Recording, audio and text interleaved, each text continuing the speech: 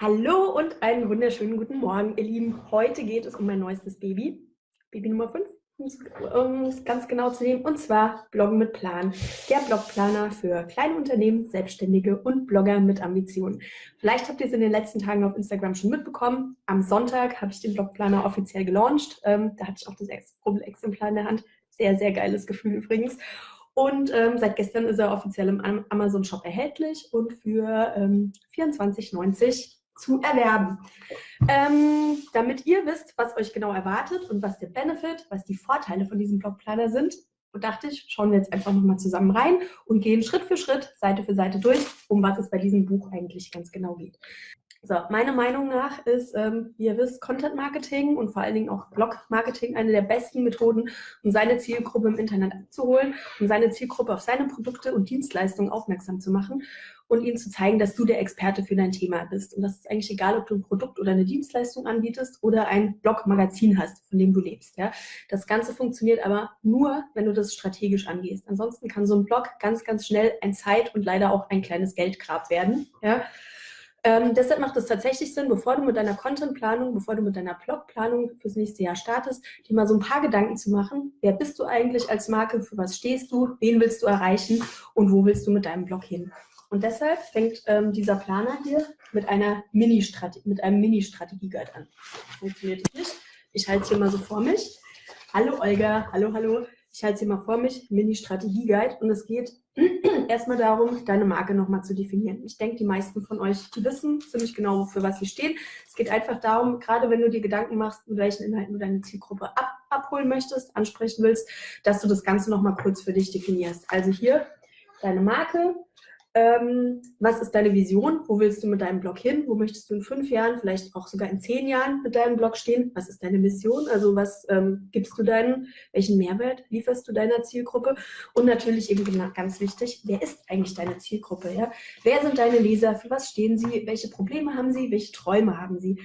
Es ist bei ganz vielen von uns so, dass wir so eine ungefähre Idee haben, wer unsere Zielgruppe ist. So ein Gefühl, sage ich immer. Ja, nur das Gefühl, dass es eine coole Sache ist, aber schlecht, wenn du es nicht ganz genau auf den Punkt bringen kannst, weil wir dann nämlich ganz oft eigentlich nur für uns schreiben und nicht wirklich für die Zielgruppe und oft so haarscharf an den tatsächlichen Bedürfnissen vorbeigehen. Von daher hast du hier nochmal einen kleinen Fragebogen, ja, der dir dabei hilft, herauszufinden, wer genau deine Zielgruppe ist. Übrigens, oft ist es nicht nur eine Zielgruppe oder eine Zielperson, sondern es sind mehrere. Ja, und dann macht es natürlich auch Sinn, den Content dementsprechend auf mehrere Personen auszurichten. Dabei hilft dir dieser Fragebogen auch. Weiter geht's. Ich habe hier diese schicken Dinger reingemacht. Genau, und dann sind wir bei den Zielen fürs nächste Jahr. Was möchtest du mit deinem Blog? Was möchtest du mit deinem Content Marketing im nächsten Jahr erreichen?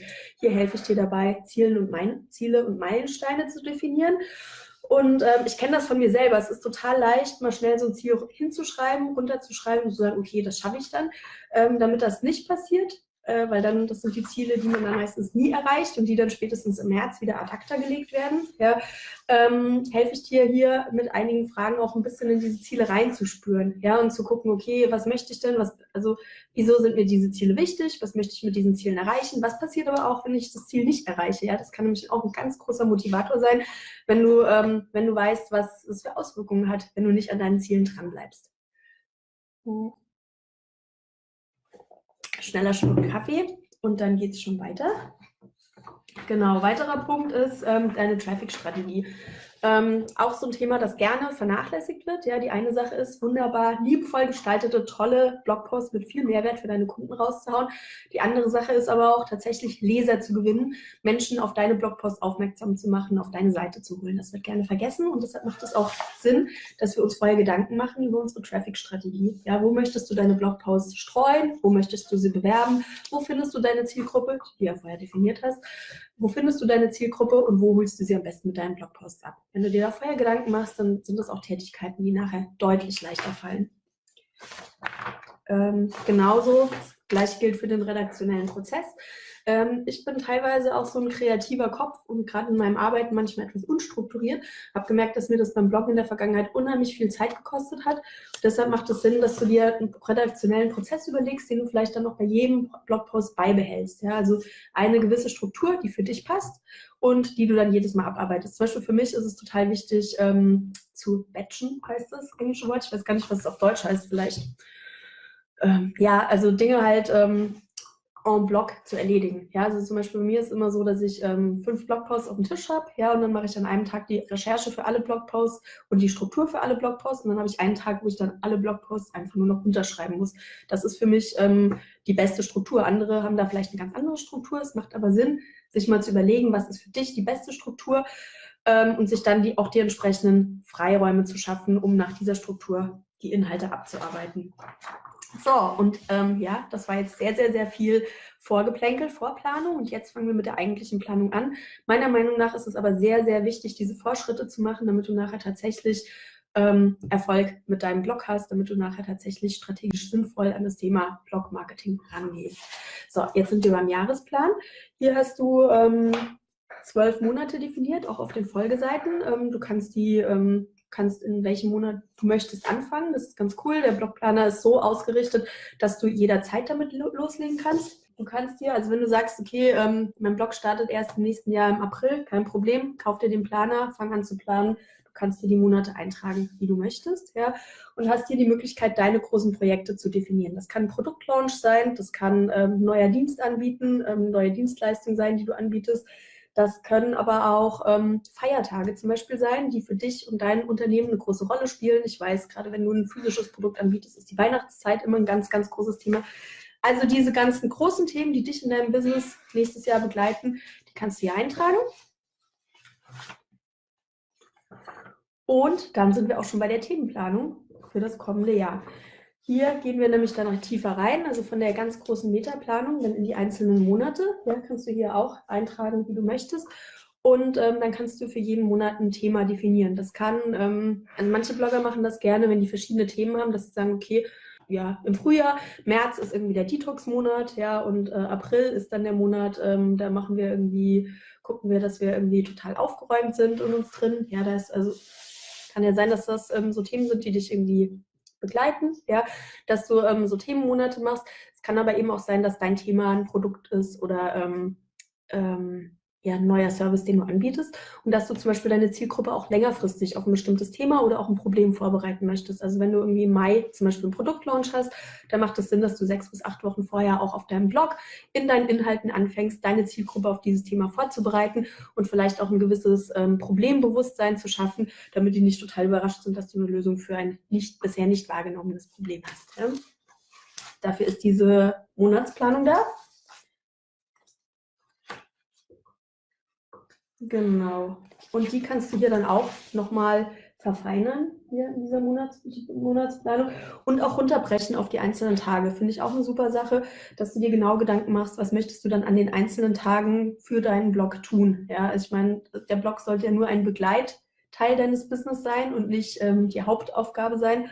Hier kannst du dann eben zum Beispiel eintragen, dass du montags immer deinen Facebook Live machst, dass du Mittwoch deinen Blogpost veröffentlichst und den donnerstags bewirbst und so weiter. Da kannst du dann auch rausfinden, was für dich hier die beste Vorgehensweise ist. Und natürlich keine Monatsplanung ohne Ziele. Auch hier hast du wieder die Möglichkeit, Ziele für den einzelnen Monat zu definieren. 3 Ziele an der Zahl ist eigentlich auch mehr als genug. Und dann genau darauf einzugehen, welche Aufgaben musst du erfüllen, um dieses Ziel zu erreichen und welche Unterstützung brauchst du zum Beispiel, um dieses Ziel zu erreichen. Und jetzt sind wir bei der Inhaltsplanung. Habt ihr schon lange drauf gewartet, ne? Aber ja, wir planen das Ganze wirklich von oben nach unten durch. Hier hast du dann die Inhaltsplanung. Hier kannst du eintragen, welche Blogposts, okay, so seht ihr das, so seht ihr es ungefähr, ja, welche Blogposts du in diesem Monat veröffentlichen möchtest. Und hier war mir ganz wichtig, dass wir eben nicht nur das Datum und den Titel haben, sondern dass es auch um das Format geht. Ja, also diesen Blogplaner oder diesen Contentplaner kannst du ja auch für alle möglichen Formate verwenden. Klar, es ist in erster Linie für Blogposts gedacht, aber du kannst auch natürlich Podcasts damit planen. Du kannst damit Facebook Live Sessions oder Webinars planen, also gar kein Problem. Hier kannst du das Format eintragen. Und dann fand ich ganz wichtig, Ziele. Ja, was möchtest du mit diesem Blogpost eigentlich erreichen? Ich finde, das ist so ein Thema, da machen sich, okay, ich rede gerade sehr schnell, ne? Ich versuche es mal ein bisschen runterzufahren. Das ist so ein Thema, da machen sich viele viel zu wenig Gedanken. Ja, also wird mir ein Blogpost rausgehauen, weil das ist ein Thema, das die Zielgruppe interessiert. Das ist auch sehr schön so, ja, das soll auch so sein. Aber was möchtest du mit diesem Blogpost erreichen? Möchtest du damit mehr Traffic haben? Möchtest du damit mehr Reichweite auf Facebook haben, weil es ein Thema ist, das sicherlich auf Facebook gut geteilt wird? Möchtest du damit Leute über Pinterest ansprechen und hast eine besonders coole Grafik dazu gebaut? Möchtest du Backlinks aufbauen? Hast du eine Infografik zu dem Blogpost gebaut, der dann, die dann geteilt wird? Ist es Teil deines Sales Funnels und möchtest du damit auf den Verkauf von einem Produkt aufmerksam machen? Also ich bin dafür, dass wir mehr und mehr mal reindenken, welche Strategie verfolgst du mit deinen einzelnen Blogposts und natürlich so dann auch nachher unsere Ziele überprüfen. Hat das geklappt oder nicht? Und da sind wir beim nächsten Thema. Hier hast du nämlich die Möglichkeit, am Ende des Monats deine Zahlen einzutragen, damit du sehen kannst, okay, was hast du diesen Monat geleistet? So und so viel Blogposts, so und so viel E-Mails, so und so viel Seitenaufrufe hast du dann auf deiner Seite gehabt. So hat sich die Zahl deiner E-Mail-Abonnenten verändert und so weiter. Dass das Ganze dann auch nachkontrolliert wird. Und dann habe ich hier auch nochmal einen Rückblick mit eingebaut, ja, dass du genau gucken kannst, okay, was hat in diesem Monat gut für dich funktioniert? Gibt es die Möglichkeit, diesen Erfolg auch gezielt zu wiederholen? Ja? So, und dann nähern wir uns auch schon dem Ende. Das Ganze gibt es eben für jeden Monat. Ja. Ich denke, wenn du das tatsächlich jeden Monat so ausfüllst, dann hast du am Ende ein sehr, sehr gutes Gefühl dafür, welche Strategien für dich und deinen Blog, für dich und dein Content-Marketing funktionieren und ja, wie du dich und deine Reichweite, wie du das weiterentwickeln kannst. Und dann gibt es hier eben nochmal, dann gibt es hier jede Menge Raum für Brainstorming und Ideenfindung. Und last but not least, Moment, ich hab's gleich. Alle deine Erfolge im kommenden Jahr nochmal auf einen Blick aufzuschreiben und ja, natürlich auch zu feiern. Ja, also hier sind klar Parameter wie Besucher, Seitenaufrufe und Einkommen, aber du hast eben auch die Möglichkeit, eigene Parameter zu vergeben und diese Zahlen dann gezielt für dich zu verfolgen und aufzuschreiben. Es ist halt eine super strukturierte Herangehensweise an das Thema Bloggen und Content Marketing, aber gerade wenn du mit deinem Blog, deshalb schreibe ich auch immer, es ist für ambitionierte Blogger, es ist für kleine Unternehmen und Selbstständige, es ist für Leute, die mit ihrem Blog was erreichen wollen. Und ich denke, dass das super viel Mehrwert für euch hat und gleichzeitig aber auch Spaß macht. Ja, ich liebe Notebooks, ich liebe alles, was mit Papeterie und Papier und schönen Stiften und so zu tun hat. Deshalb habe ich mir Mühe gegeben, das Ganze auch ansprechend zu gestalten. Ich arbeite gern mit schönen Dingen. Da bin ich wahrscheinlich nicht die Einzige. Ich hoffe, dir hat gefallen, was du gesehen hast. Wenn auch du den Erfolg deines Blogs nicht dem Zufall überlassen willst, dann bestelle dir jetzt den Blogplaner. Plane deine Blogposts und natürlich auch alle anderen Content-Formate heute vor und gehe den Rest des Jahres ganz entspannt an. Wir sehen uns.